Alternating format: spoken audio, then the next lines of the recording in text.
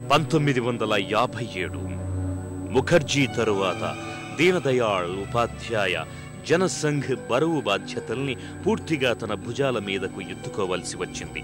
పార్లమెంటులో ముఖర్జీ స్థానాన్ని భర్తీ చేసేందుకు ఆయన వాజ్పేయిని ఉత్తరప్రదేశ్ బలరాంపూర్ నియోజకవర్గం నుంచి లోక్సభకు గెలిపించారు. ఉపాధ్యాయ అంచనాలను గాని పార్టీ ఆకాంక్షను గాని వాజ్పేయి వమ్ము చేయలేదు. 31 ఏళ్ల ప్రాయంలో రెండవ లోక్సభలో వాజ్పేయి అడుగుపెట్టారు.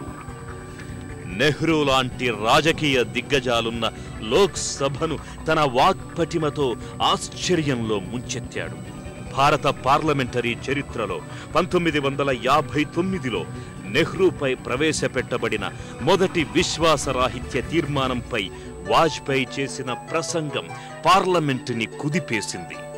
టిబెట్ సంఘటనలు, దలైలామా రాక, భారత భూభాగాలను చైనా ఆక్రమించుకోవడం వంటి సమస్యలపై ఆ లోక్సభలో వాజ్పేయి చేసిన ప్రసంగాలు దేశాన్ని ఎంతో ప్రభావితం చేశాయి. జవహర్ లాల్ నెహ్రూ, రాధాకృష్ణన్ వంటి దిగ్గజాలు సైతం వాజ్పేయి ప్రసంగాలను శ్రద్ధగా వినేవారు. వాజ్పేయి తన ప్రసంగ సమయంలో తన పక్షం వారిని సైతం ఎలాంటి అల్లరులు చేయకుండా నియంత్రిస్తూ వారు క్రమశిక్షణలో మెలిగేలా చూసేవారు.